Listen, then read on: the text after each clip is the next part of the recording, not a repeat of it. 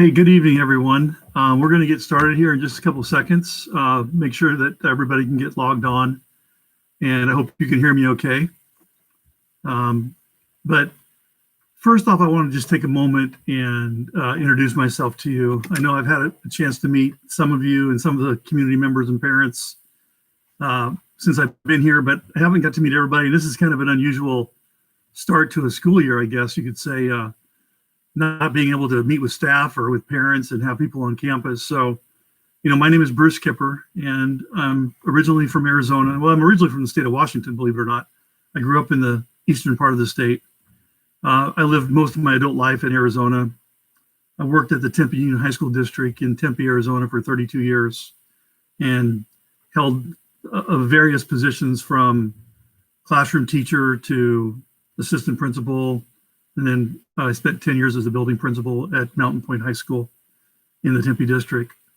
I wanted just to give you an idea of kind of who I am and what my beliefs are as an educator, and kind of what brings me to school every day and drives me. There's really three main beliefs that I believe in. The first one is I believe that all students can learn at high levels, regardless of their background, regardless of their circumstances. I think that all students are capable of learning as long as we provide them support. And that's my second belief, is that if we're going to have high expectations for students, which we are, then we have to provide high levels of support for students. You can't expect students to perform at a high level and then not support them. So we're going to look at how we can build support into the school day and outside the school day also. The third belief is that I believe college is attainable for every student. And I also believe that some type of post-secondary education is a must nowadays. The way that industry and businesses are automating some type of education, some type of skill development, some type of study after high school is essential for almost every occupation there is today. And it's only going to grow in the future with technology. The question that I'm getting asked the most is, why Shelton? Like, how did a guy from Arizona who spent 32 years in one school district end up in Shelton, Washington? And the answer is very simple. When I interviewed with Dr. Apostle and Ms. Marshall and the rest of the district administration, I was sold the minute that the interview completed, and was hoping that I would be offered the job.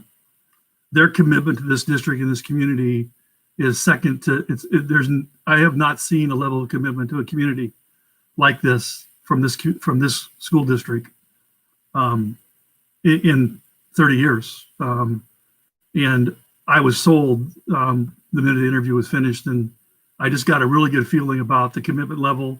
I think everybody's on the same page, and I think everybody's working in the same direction to take care of all of our students, not just some of them, and not just the ones that do well, but all students are a priority, and especially now with what's going on in the world, the safety of our students and the safety of our staff and the safety of our community is of the utmost importance. And I think that is the number one factor that the district made the decision to go all online to start the school year. Without our health and our safety, we really don't have anything else. I mean, so we have to make that a priority. I know that some people don't agree with it, and I know some people agree with it, and that's okay. We have a right to disagree. But I'm of the firm belief that once a decision is made, we all work on the same page. So I'm committed to make this work. I know it can work. I've seen it work. But it's going to take everybody's efforts. Our students are going to have to work hard. Our teachers are going to have to work hard. And our parents are going to have to work hard with us. We're a partner in this. And those three elements have to work together to make any type of education work. So I'm looking forward to working with our community and our parents. And I know our staff is. And I can tell you that we're 100% committed to taking care of every one of our students in this time and being in an online environment. So I'd like to give you, I think it's important that our students and our families understand what it takes to be a good online learner and a successful online learner. And there's really kind of nine tips or 8 tips that a student needs to do. The first one is be positive. We all know that when we have a positive attitude, things go better. When we have a negative attitude, they don't go well. So regardless of whether we like it or not, we all need to have a positive attitude moving forward, and we all need to be committed to making this work. The second thing is students need to get organized and stay organized. They need to have an organized workspace at home or wherever they're doing their work at that is their spot, is free of distractions. They need to put their cell phones away. They need to put their video games away, and they need to set aside a time where it's school. This is the new normal. This is the school year. The third thing is they need to establish what I would call a flexible routine. The beauty of online learning is it provides some flexibility for our students. Some students learn better in the afternoon. Some students learn better first thing in the morning. Some students learn better in the evening. So being in an online environment provides some flexibility, but there needs to be a routine with that also. Third thing, or the fourth thing, is students need to set some personal goals. What do they want to get out of these classes? You know, there might be a class that's really tough and it's not their favorite class, and they need to figure out what do I want to get out of this, and how much work am I going to put into it.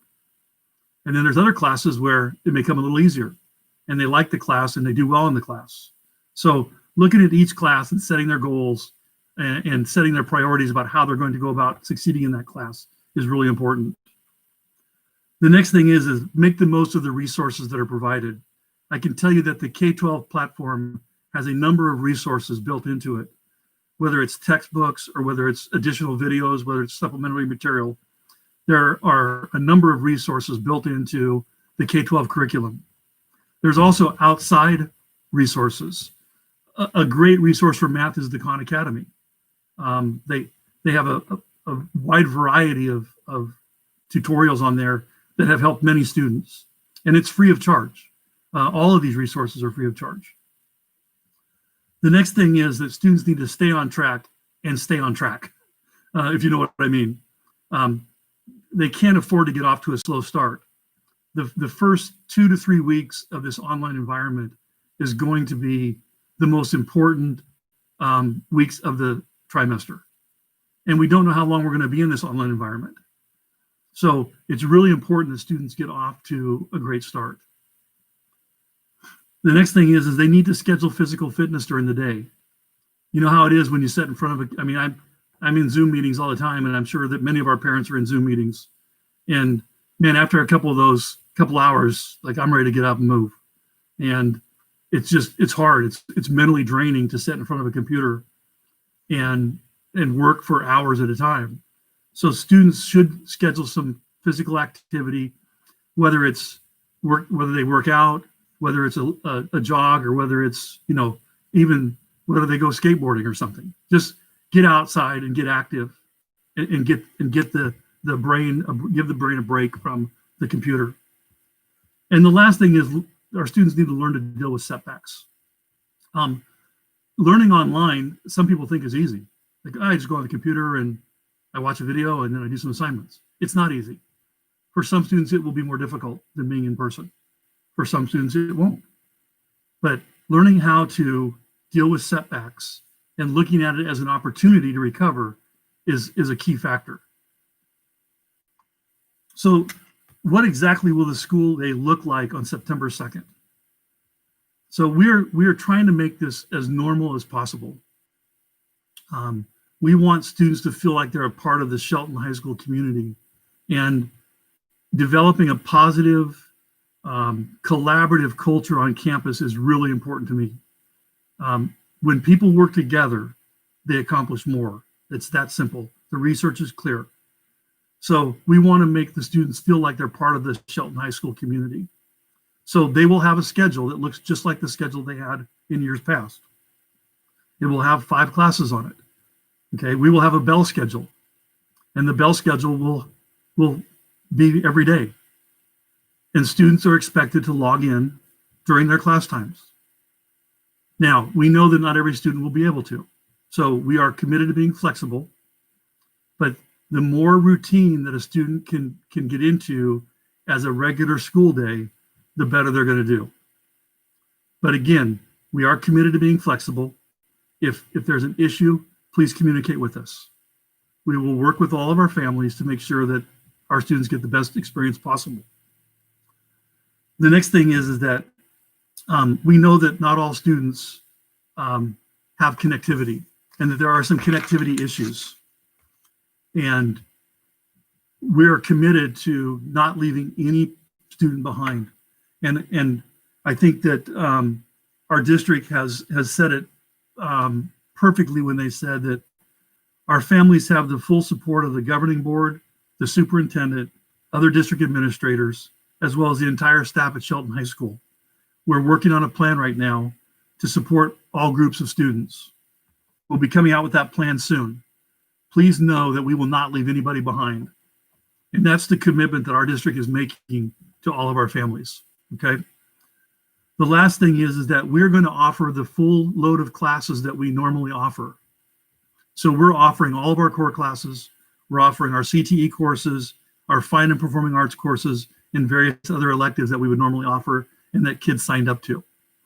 The majority of classes will be offered on the K-12 platform, but there will be some classes that are not offered on the K-12 platform because we want to offer all of the classes and K-12 may not offer it.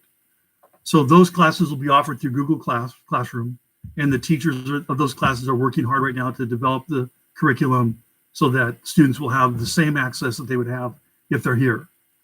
Now, there are some classes that have a lot of hands-on activities, project-based assignments in them, and those are a lot of our CTE courses.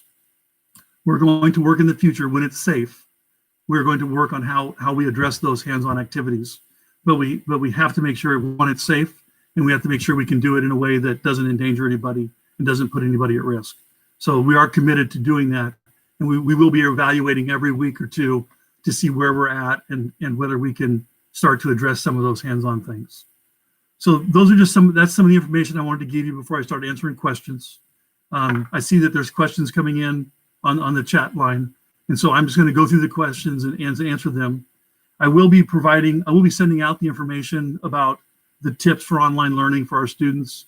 I'll send them out in an email to our parents. Please share those with your son or daughter.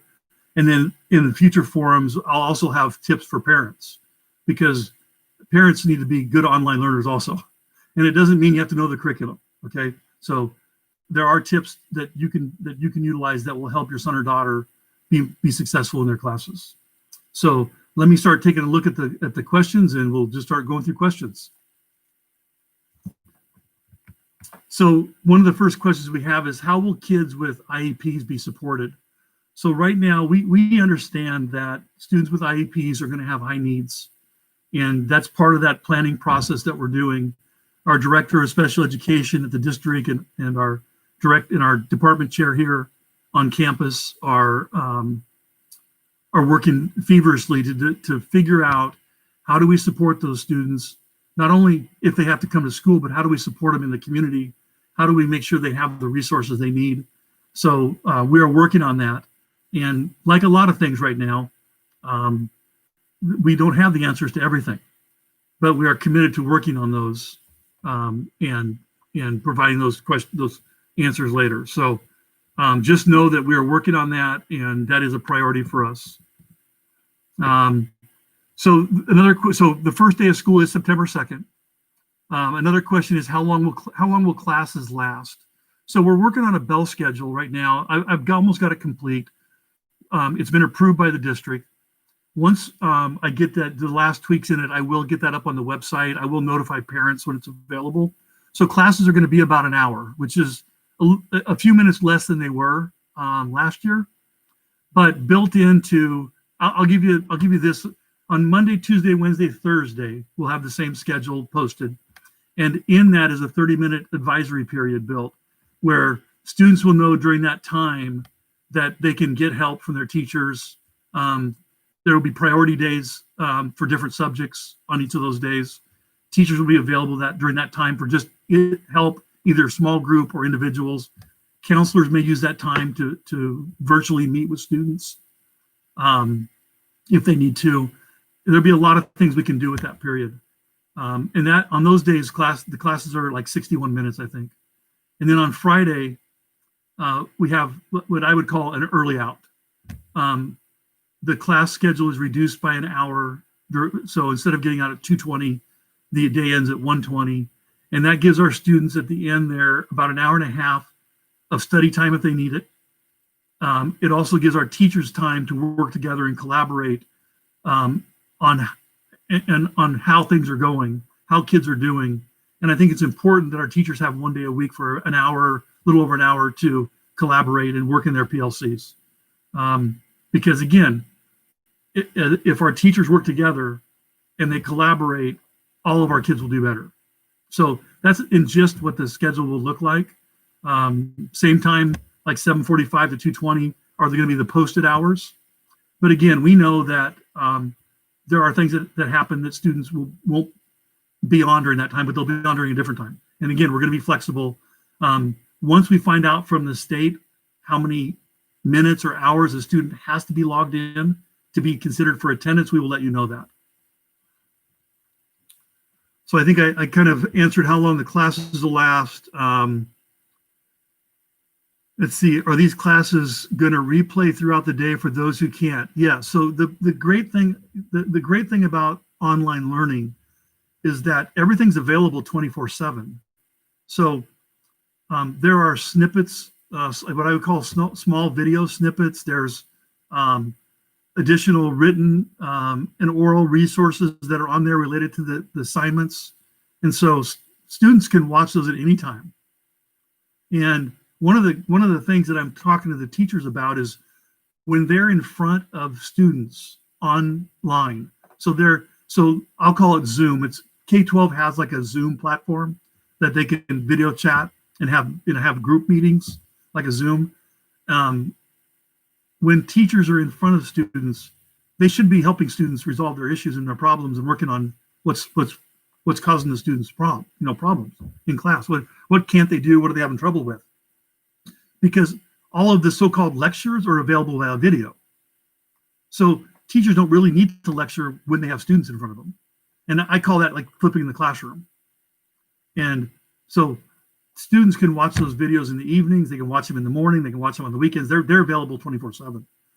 So that's the great thing about online learning in these platforms, is that if you're not there, you can watch it still.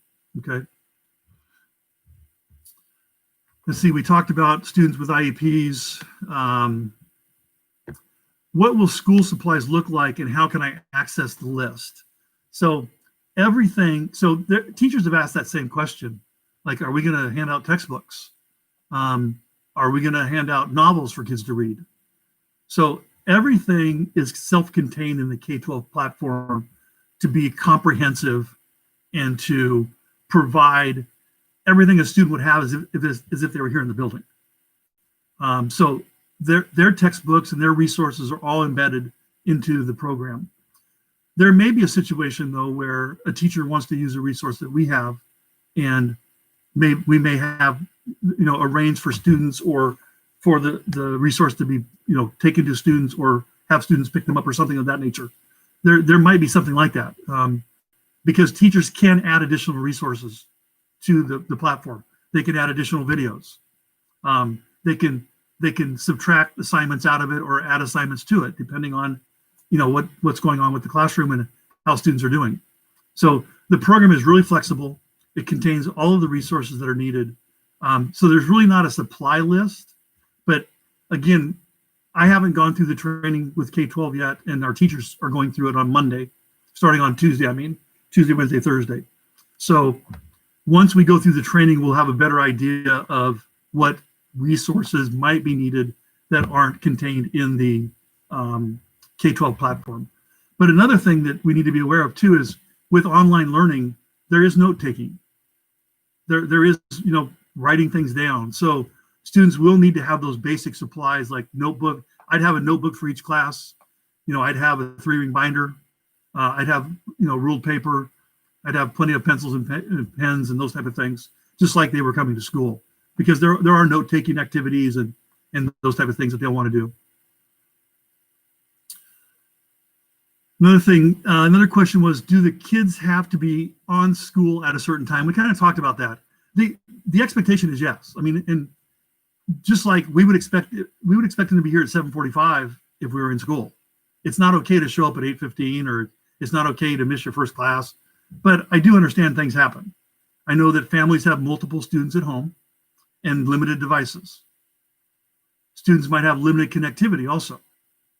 So while the expectation is that this is the new normal for school right now, we have a school day that starts at 7:45 and ends at 2:20. On Fridays, it starts at 7:45 and ends at 1:20. We expect students to be on during those times, just like I expect teachers to be on during those times. Teachers have a work schedule. They need to follow it. They will be available, and they will be teaching during those times.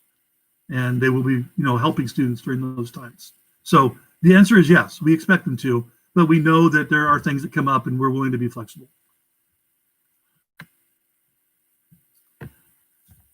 Do students have to do classes? Well, at a certain time of day. Again, that was kind of the same as the last question. The answer is we expect that, yes. Does the K-12 curriculum run on a semester or trimester schedule? If K-12 is set up as a semester, will the curriculum be condensed to fit?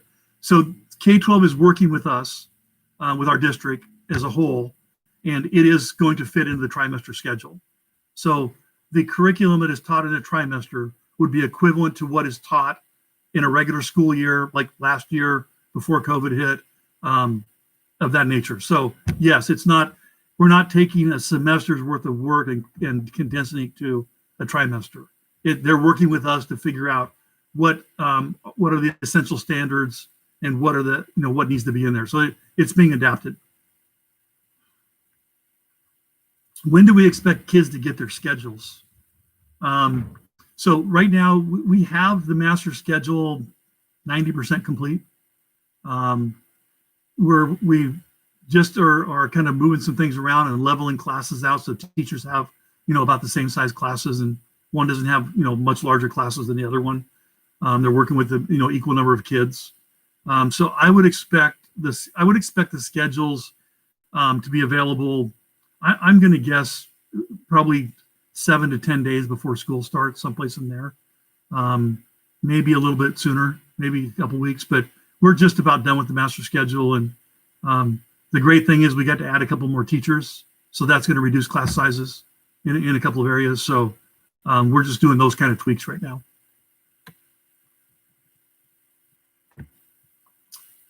And again, the next, when do the kids find out their schedules? It's about, like I said, a couple weeks before school, maybe 7 to 10 days. Will we be contacted periodically with IEP coordinators? Yes. The answer is yes. And not just special ed students either. So the students with IEPs have a caseworker. The caseworker will be in contact and will be, the teachers and the caseworkers will be regularly monitoring progress and being in contact with parents and students. But we're going to raise the level of communication for all of our students. We have to. Our parents have to be involved in this, and they have to be participating just as much as we are as in the communication loop. So all of us, all of our students and all of our parents and all of our teachers are going to raise the communication bar. Let's see.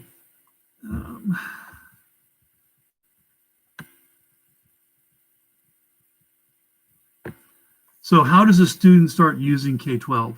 Again, we haven't gone through the initial training yet. Once we go through the training, we will send out communication. They'll have a login. They'll have like a something that's like a user identification that allows them to log in. It's unique to each student. So once we go through this training, we understand that process, then we will get information out to our parents via email on how their students will log in. Also, parents will have access too. So there'll be information about how parents can access the system and kind of monitor what's going on and understand what's happening on a daily basis. So that information will be coming out after we go through the training and get that understanding. So the next one says,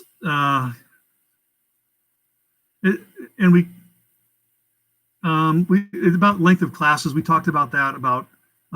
So Monday through Thursday, they're a minute or two more than an hour.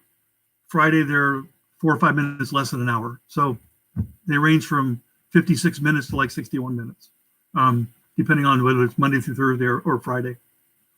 If I didn't understand that question, make sure you kind of write it again so I can understand that. Are the teachers making the videos, lessons, tests, or is it provided from K-12? So everything's provided by K-12. It's like you could walk in, a teacher could walk into that platform and have everything they need. But that's not what we're going to do, though. So that's not always, I mean, that's good, but we can do better, too. So the teachers can add videos to it. They can replace videos that they make and take out videos that K-12 has, or not include those.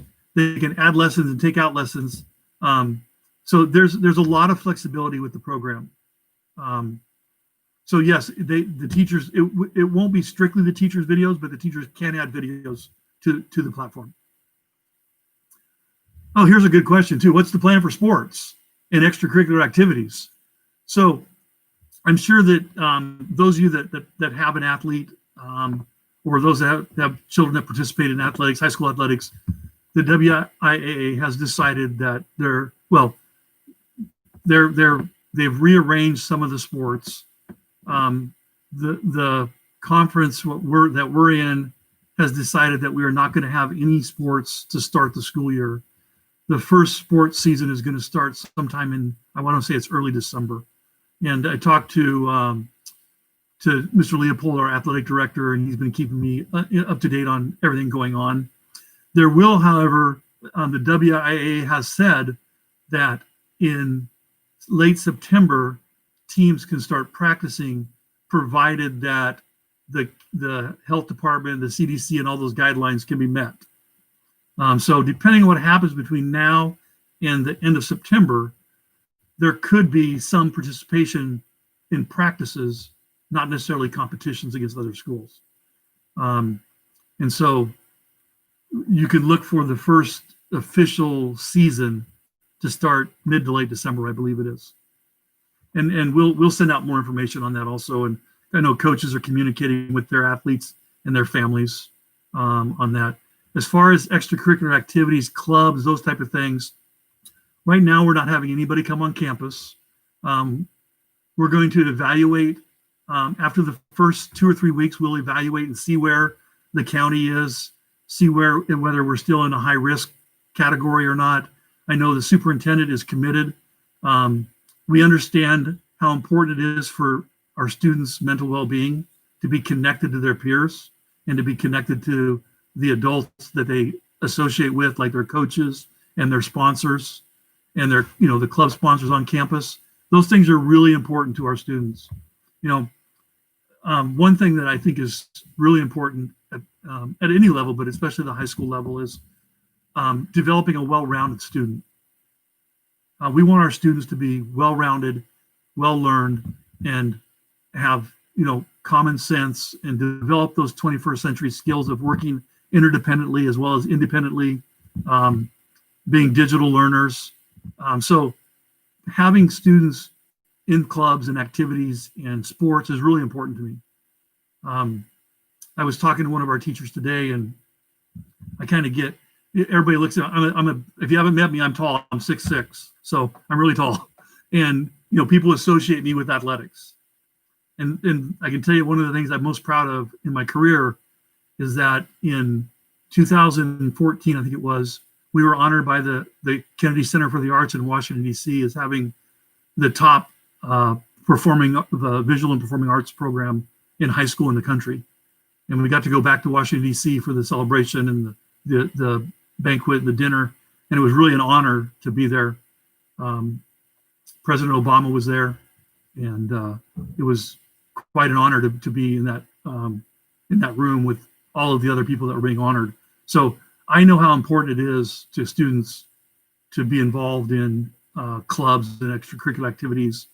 It's part of it's sometimes the main reason they come to school. So we want to get those going as soon as we can, but we need to do it in a safe manner, and we can't do it until we can do it safely. So just understand that that is a priority for us, and we're working hard to make sure that we have a plan when we can do it, that people are safe and they're connected.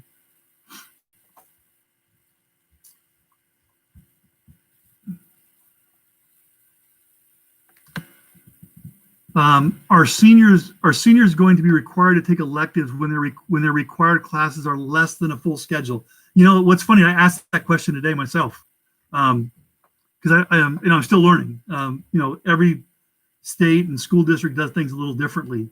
And my question today was, what happens if a student only needs 3 credits to graduate? Do they have to go every trimester and take a full schedule? And so I'm working with the district administration on that to find out what exactly the state requires, and how we can accommodate our students' needs during these times. And that's the great beauty of being online, is that it does provide some flexibility. So just know that that question came up today by me, and that I'm working on that. And I've had several parents ask me that same question in the last few days. So that information will come out as soon as I get the answer to that. Next one, are Chromebooks and hotspots going to be available? Yes.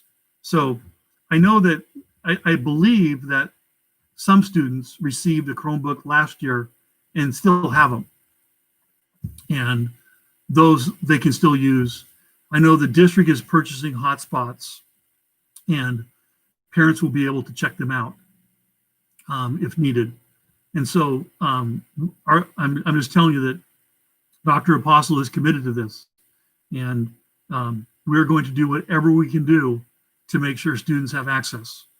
And then if they don't have access, we're going to figure out a way to work with them. So yes, you'll probably get some information from the district on that, because that's kind of a district-wide, thing for all students, but they need to have the tools in order to access the curriculum. This is how we're offering curriculum online. That's how we're offering it. And so we have to do everything we can to make sure our students can get that. Okay.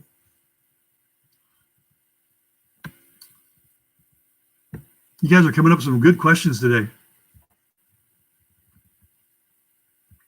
How do kids do things like weight training, photography? So here's what we've asked our teachers. We've asked our teachers that they need to be prepared. So those areas, and there's welding and construction and all, like a lot of these CT areas, that the whole purpose of the class is kids get hands-on training, and they develop skills that they can use in the workforce. So classes like that have this large component of hands-on experience, we've asked our teachers to be prepared for 2 to 3 weeks of online learning. I mean, there's terminology, there's protocols, there's safety, processes the kids have to learn. Those can be done online. So we've asked our teachers that to look at 2 to 3 weeks of nothing but online learning. And at that point, we will reevaluate and see where we're at. Again, the statement I read earlier from our district, I believe they're committed to that. And quite frankly, I wouldn't be here if I didn't believe this district was committed. And so I know, and I believe in my heart that we are going to do everything we can to make sure kids get a full experience with this online model. So at some point, we hope it'll be safe enough that we can bring small groups of students on campus. I don't know when that will be. It might be in a month, and it might be in 6 months. I just don't know the answer to that. It all depends on how the county goes with people contracting COVID and how safe it is. Okay, so but understand we are committed to that. And some of these classes, that's what the purpose is hands-on. So we have other things during those times on a regular basis that is flat out unacceptable. Okay, I think they're talking about my statement about having to be online at certain times, and I get it. I mean, there's going to be times when kids can't be online. I understand that, and I think I've been pretty clear that we're going to be flexible. But on the other hand, this is school. Like, I mean, I don't know what to say other than this is the new normal. If September 2nd kids were coming to class and everybody was on campus, I don't think parents would be saying it's okay they're not there. I mean, it wouldn't be okay they're not there. So I don't mean to sound harsh or anything, but I just can't, I can't express enough how we only get one shot at this, and our students are the most important thing to us, and I want to make sure they're as prepared as possible when they leave. So we can have discussions about it, and I understand. Again, like I said, I understand things happen, and we're going to be flexible. But again, I also want to emphasize that there is a school day. Okay. So if we're doing Chromebooks or laptops, where do they pick them up at? We will arrange. So once we kind of come up with that plan on who needs them, and I would say if you need a Chromebook, you need to email me, so I have an idea of how many parents. Also, if you have friends or you know of people that don't have connectivity, because they're obviously not watching this if they don't have connectivity. So if you know of anybody, get the word out for me, please, and give me names. We are trying to develop. Well, we are developing this map that shows where our kids live at, and then it shows where Wi-Fi is available and cell service. So we'll have an idea of which students live in areas that don't have cell service. And our plan is to contact those students before school starts and contact those families to arrange somehow before school even starts. Okay. So I would just ask for your help in that. If you have friends or you know of people that don't have Wi-Fi connection, or if you or they need a Chromebook, it would be helpful if I knew that information. Okay.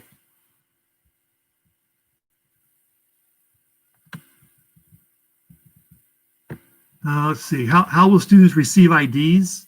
Again, at this point, that every question raises a question. At this point, so at this point, I don't know what we won't have anything on campus to start the school year. We won't have kids coming onto campus to pick up IDs or schedules, or they'll be delivered either through Skyward the schedules, or we'll figure out how to deliver them in another way. We just can't have large groups of people on campus right now. So at this point, I don't know the answer to that. Obviously, once we start having things, kids will need their IDs, but we'll figure that out as we go through. When will Skyward open up for students to register for classes that they didn't register in the spring? So if we have families that have a high school student that hasn't registered yet, if you would email me, I will get your name to our guidance department, and one of the guidance counselors will be reaching out to you on how to register. We're going to try to do everything online so we have minimal contact, face-to-face contact. But there may be a situation where you have to drop something off or whatever. But so if you know somebody that hasn't registered yet, or you haven't registered, you're new to town, or maybe last year when the whole COVID thing hit, it just kind of slipped away, because I know they were right in the middle of registration when that happened last year. Right now, all of the students that were here have schedules, and all of the freshmen that turned stuff in or that we knew were coming are registered and have schedules too. So we should be okay unless you're new to town or just something happened and it didn't get turned in. Do seniors need to take electives? We talked about that a little bit. I'm going to find out what that looks like. One thing that is available too that we offer is a work program where students can get credit for working. So if your son or daughter has a job and they're going to be working, there's a certain number of hours they have to work.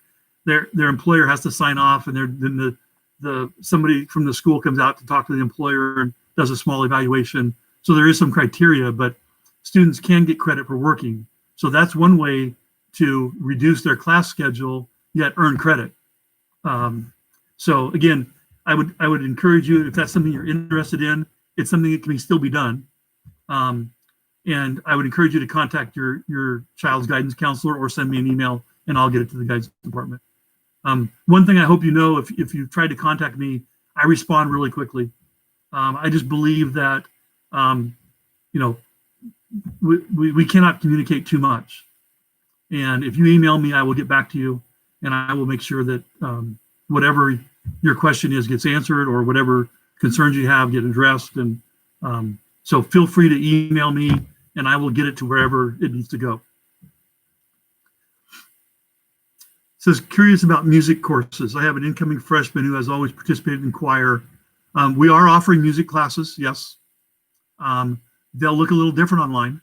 But I just talked to the choir teacher the other day, and he's excited about the possibilities, and it's a chance to do something different and to learn in a different way. So we are offering those classes. And then let's see here. You guys are getting a lot of good questions tonight.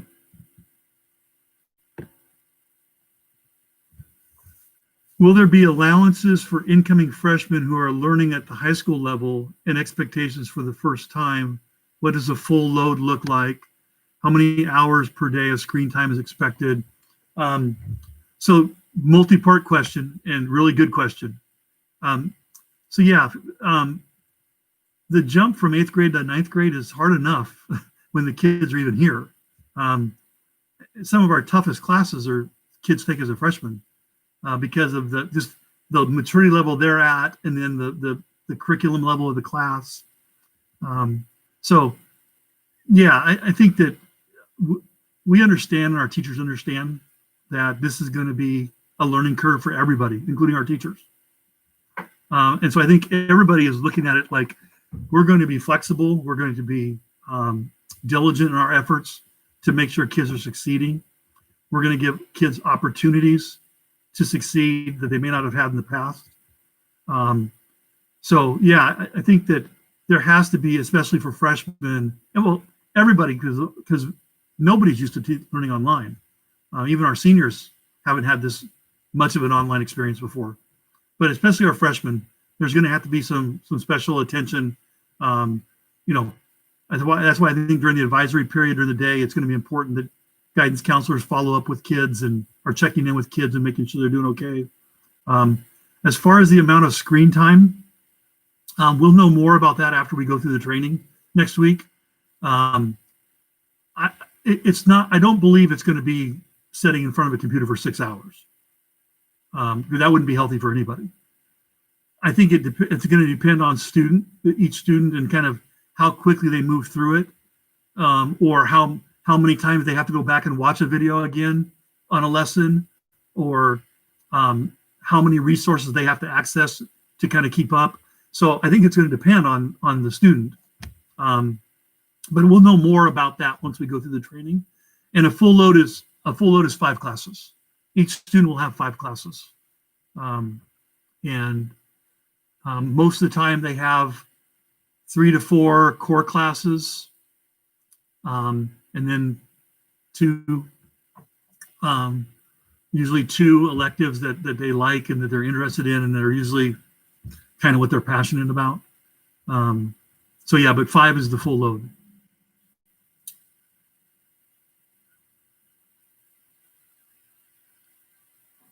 Yeah, so the next, it's not really a question, it's more of a statement about, yes, I understand parents work, and kids, not every kid's going to be in front of the computer from 7:45 to 2:20. I understand that. Parents and families are going to do what's best for their schedule, but there will be a required amount of time that a student has to be logged in. So, we would like it to be during the school day, but we know it's not always going to be during the school day.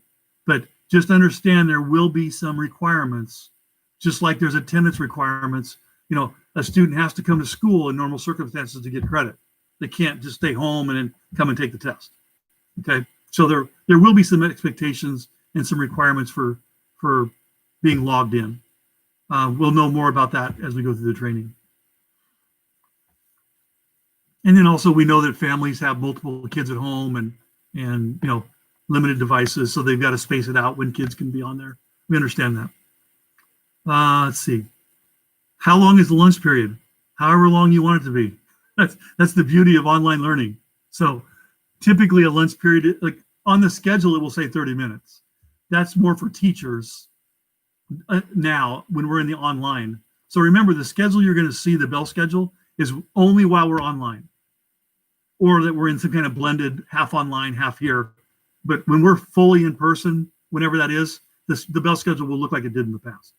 but lunches are typically 30 minutes. But that's the beauty of online learning is the student can take 40 minutes if he wants, you know. So the schedule you're going to see, the lunch is more for teachers. Let's see. And even, also in that question, they talk about physical activity in the middle of the day. That's really important. The kids get physical activity in the day. I agree with that.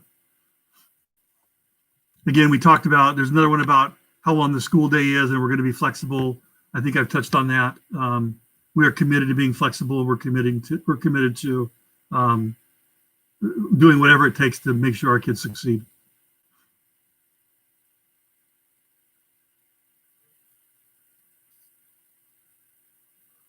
Good. Okay, this next one's Michelle. Good question.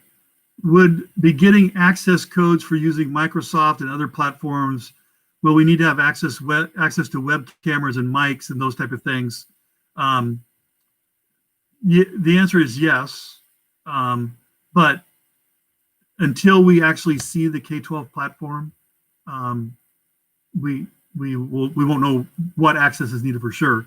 Obviously, the Chromebooks will have access. But that's a good question. Those are, again, every question that's asked tonight raises more questions in my mind. So I'm going to write that down and make sure that that we look into that. The next one is, how is ROTC going to work? We're going to offer ROTC. We've talked to the 2 instructors. They're committed to teaching online until we can get kids together. But yes, it will be offered.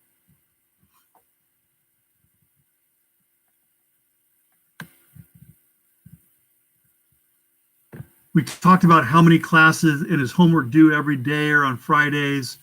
Again, once we go through the training, we'll have a better idea of what the K-12 platform is going to look like as far as homework and those type of things. And again, the nice thing about online learning is those things are flexible. And one of the benefits of online learning is that I know, and we all know, that kids learn at different rates. Some kids learn faster than other kids, but in the end, all kids will learn. It just might take some a little longer to learn the standards and to master the standards. And that's the beauty of the online platform, is that that kind of flexibility is built in. So I don't believe in that, you know, every kid's got to be done with an assignment by, 12 o'clock on Tuesday, because it might take some kids longer than that to do it. So that's the beauty. That's the whole beauty of the online platform. Since kids won't be at campus, will be home, will there be any extra help? I don't know what kind of resources the community had. As far as I know, that I did send out in my email Tuesday, maybe, I think it was, a couple of flyers with regards to the food program for helping families with groceries. I also put a number in there to call the food services department if you have questions or you think you qualify. I believe, if I remember correctly, I was told from the district that only a small percentage of our families that qualify have applied. So I will send that out again tomorrow. So look for it. It's a flyer that has information about the groceries program for families that qualify. So I'll also provide the number again for the food services department at the district.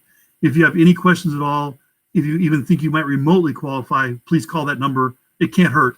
It can't hurt to call it and just find out. But there are programs like that available. Any information regarding freshmen, such as registration confirmation. So when I will let everybody know when Skyward goes live for schedules, and you can get on. And if your child doesn't have a schedule, obviously get a hold of me, and we'll get it taken care of.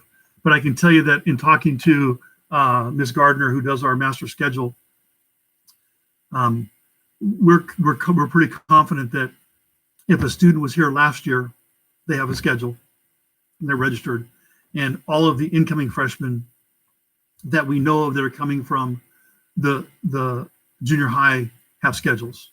So, but if you can always email me and ask me, hey, does my kid have a schedule? And I'll be happy to look it up and get back to you. So, but last resort would be if you're looking on Skyward and you don't see a schedule, then please contact us as soon as possible. And then also Chromebook distribution. I think I said earlier, once I find out the information on how those, who needs them and how they're going to be distributed, I'll get that information out to parents.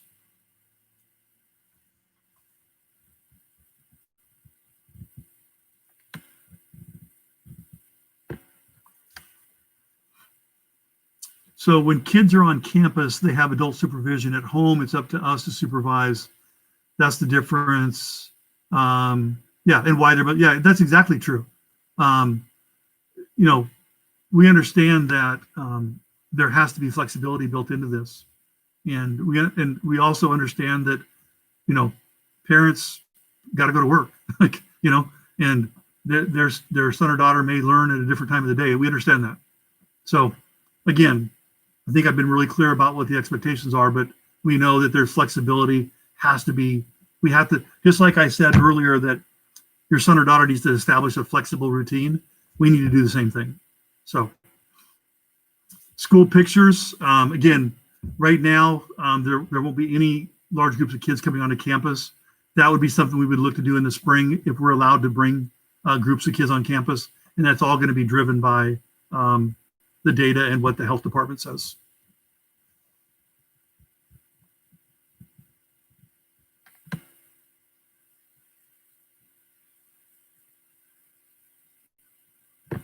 So somebody asked if they know their Wi-Fi or their hotspot is touchy, how do they go about getting the homework and the information?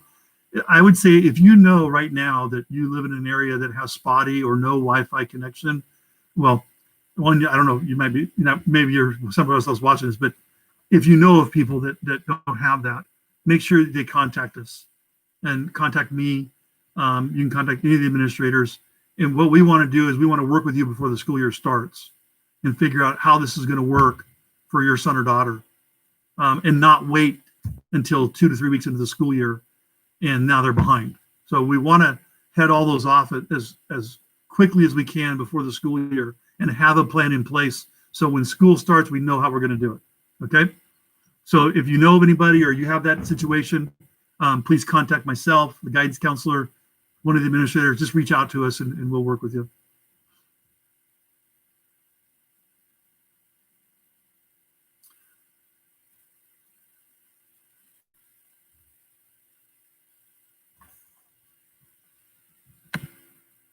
Again, there's some questions about there's some questions about making sure the students registered. If you have questions or you have doubts, just email me and I'll look it up and let you know if there's an issue.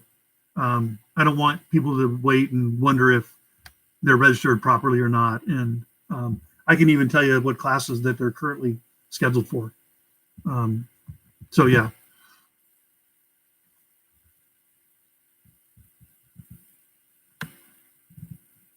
And I think there's a question about email, but I think that might be directed to somebody, asking somebody else what their email is. But I'll tell you, if you don't know my email, it's really simple. B Kipper, so the letter B as in boy, KIPPER @sheltonschools.org. Okay, so if you need to get a hold of me, that is the quickest way to get a response from me, because I have my phone with me all the time, and I was eating lunch yesterday with one of our staff members, and they said, "Do you ever put that thing down?" And I was like, "No, like not really." So I answer at all times. So that's the quickest way to get a response from me.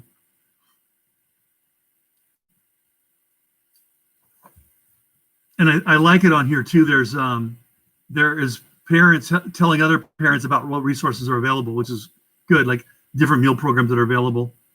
Yeah, and somebody put my email on there too, so good. Oh, one thing about the okay, somebody said they haven't received emails yet. So I've been getting notice that some of the emails are going to people's spam folders. So I talked to our tech department today. That's not on our end. So you probably need to go in and look at your settings.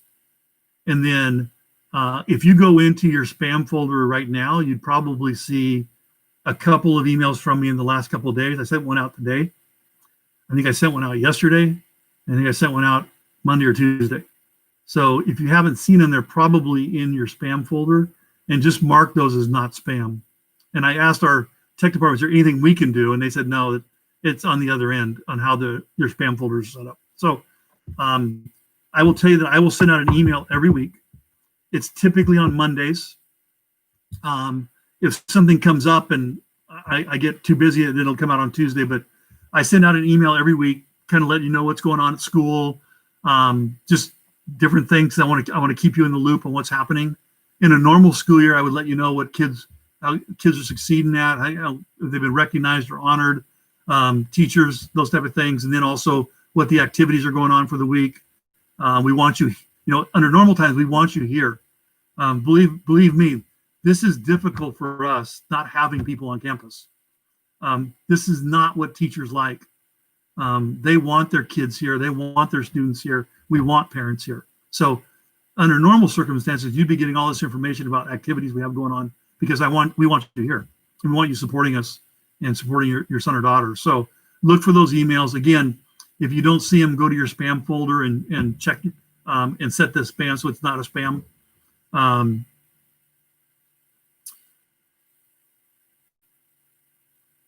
Okay, so the question is not knowing what the schedule is, how do we change it if we need to? So some kids did summer school. I would say if your child did a summer school class, I would contact the guidance counselor right now. Typically what happens is that a student will put down a couple of alternate classes when they fill out their registration. So last spring, when students fill out registration, they listed the classes they want.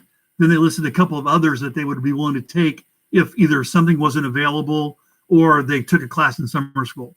So if your child did that, then one of those courses would go in where the class they took in summer school was.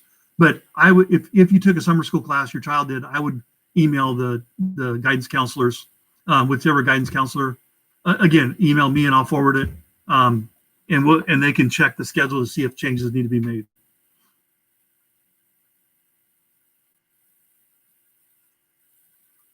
Oh, okay. Jade, you're a student that wants to be on the email list. Awesome. I'll work on that. Let me see what I can do. Okay. I don't know what I can do, but I will work on that. All right. I'm going to write that down right now.